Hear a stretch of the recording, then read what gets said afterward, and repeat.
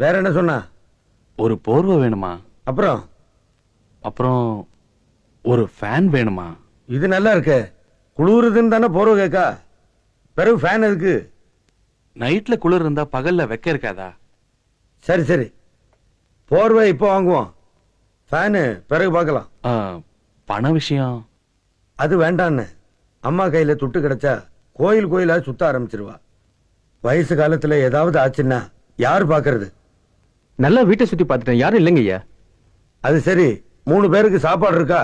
இருக்குங்கய்யா. சைவம் சாப்பிட்டு அலுத்து போச்சு. அசைவம் ஏதாவது செய்யலாமா? செய்யலாங்க ஐயா. 3 முட்டை வாங்கிட்டு வா. சரிங்க ஐயா. என்ன இது? சிஎம் வீட்டு அசைவம்னா கோழி கடை அது இதுன்னு தடபடலா இருக்குன்னு பார்த்தா வெறும் முட்டை தானா?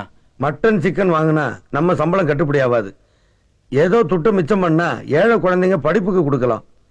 இங்க அசைவம்னா முட்டை தான்.